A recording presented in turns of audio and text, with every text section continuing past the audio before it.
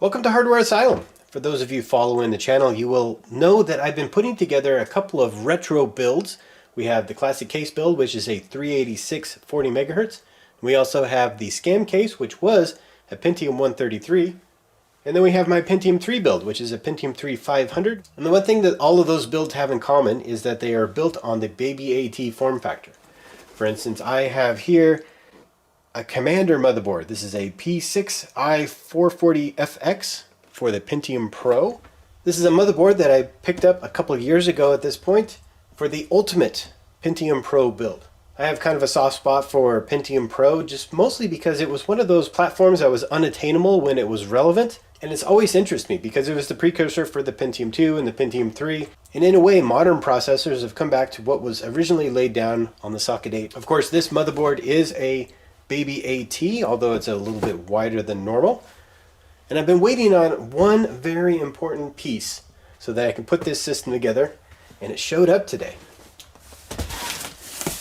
FedEx dropped this off. It's been repackaged, but I thought we could do an unboxing, and I'll show you what's inside here, and then we can check it out together.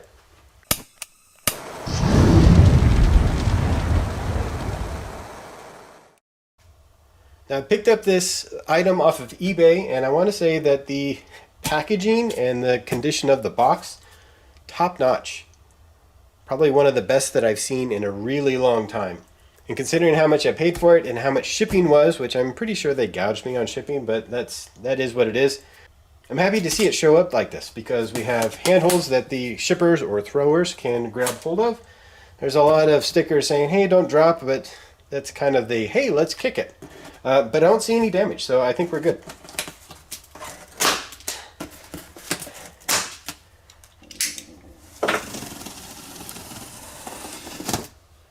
Yeah, I know, I missed out on a perfect opportunity to follow the knife with the camera. Speaking of the box, we have double-walled cardboard. We have the expanded cardboard inside. Wow. It's looking good.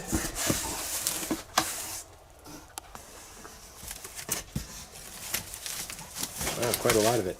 Okay, I'm gonna get this out of here and we'll come back. That's a thick pallet of expanded cardboard. So inside we have a computer chassis that is in its original box, and unlike the way that the scam case was shipped, this one was packaged proper. Looks like it's in pretty good shape. A couple little dings on the box, but after, what is it, 20 some odd years, probably in someone's basement, it's not too bad. And this is technically upside down. There we go. All right, let's get this all cleaned up. This is actually very exciting. So we have, which looks like some damage on the box here. That's really not that important, but it will kind of tell us what the condition of the item is on the inside.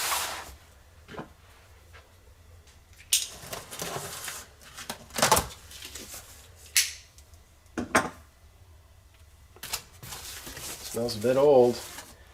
So the reason that's gone is because the flap is gone. Wow. So inside we do have the factory styrofoam. And we'll go ahead and dump this out.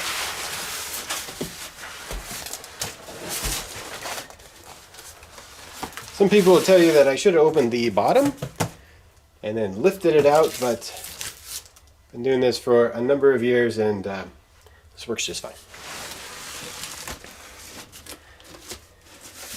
Look at that. It's actually in pretty good shape. And it should be because it's supposed to be new old stock, new in box.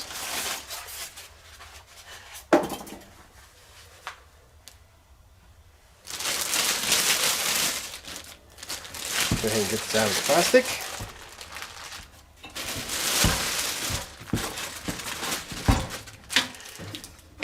Uh-oh, got some damage.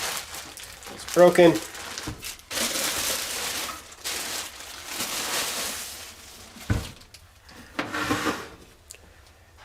there we have the elusive mini tower Baby AT form factor.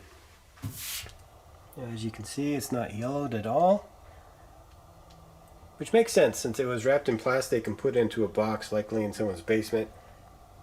I theorize what happened is that there was likely an estate sale, and this was among the items, and the person whose estate was being sold probably had a computer shop and ended up bringing home the unsold inventory. Now what's really nice about this particular case is that we have a painted back panel. Most of the cases that I've worked on and even used in builds, this was all raw metal. So we have like the nickel plated ones which were kind of chromish, and then we have the normal galvanized which is kind of painted. But here we have a nice beige paint that matches the side panel.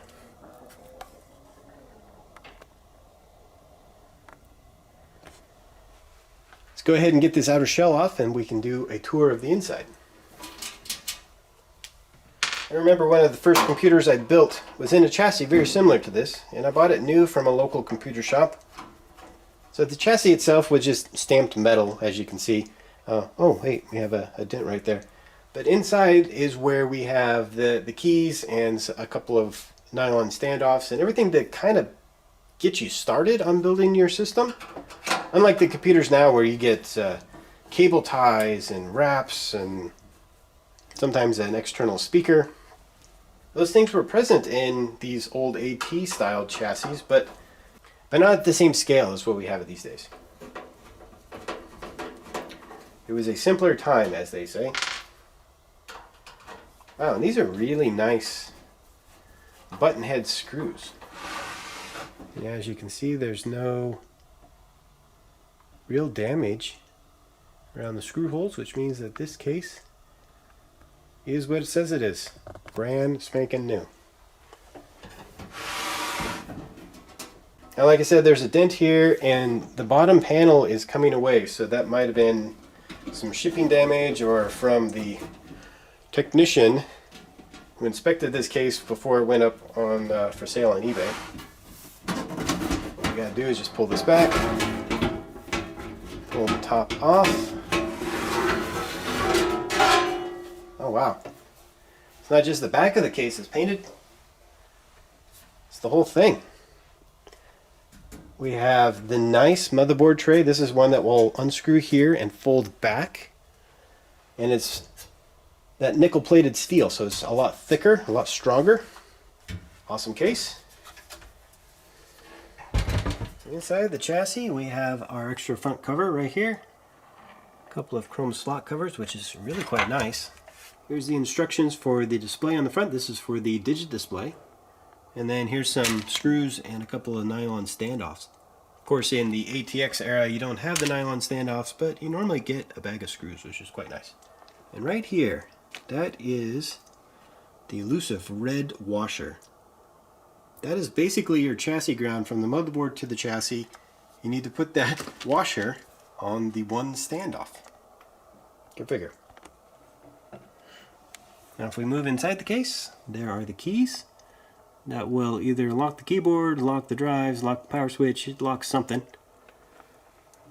And there's the mess of wires for the front panel controls and the power supply. Let's see, the power supply in this unit, we have a sticker for our power supply. It's 250 watts. Nice. And of course the sticker has released. We can put that back on, no problem. Now if we look down the front panel, here's where that brake was. And if you look, it moves.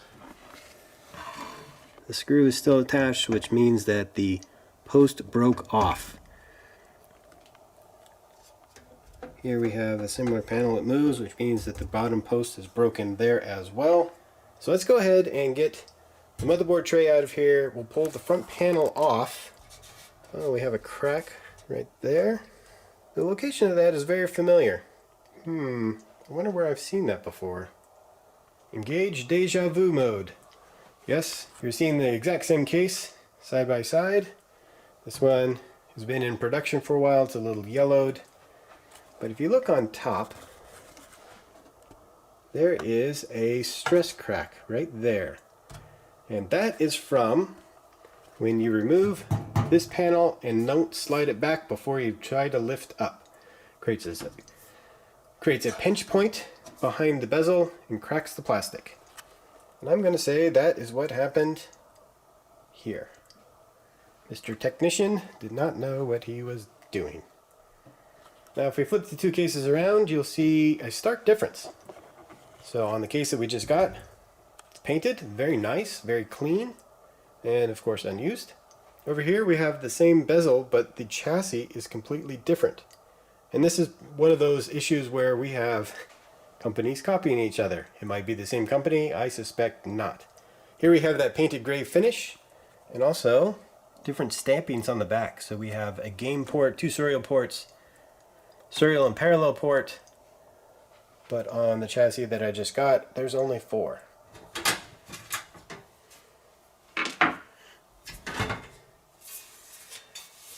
If the motherboard tray removable is something that was really common on cases of this generation and not so much on modern chassis. Costs extra to have a separate panel like this, and with modern ATX cases they're considerably larger, so you don't need to have the extra room to be able to position all your stuff. To get the front panel to release, there's 2 screws, one here and one at the bottom. The one on the bottom is broken, so we'll just have to remove the top screw.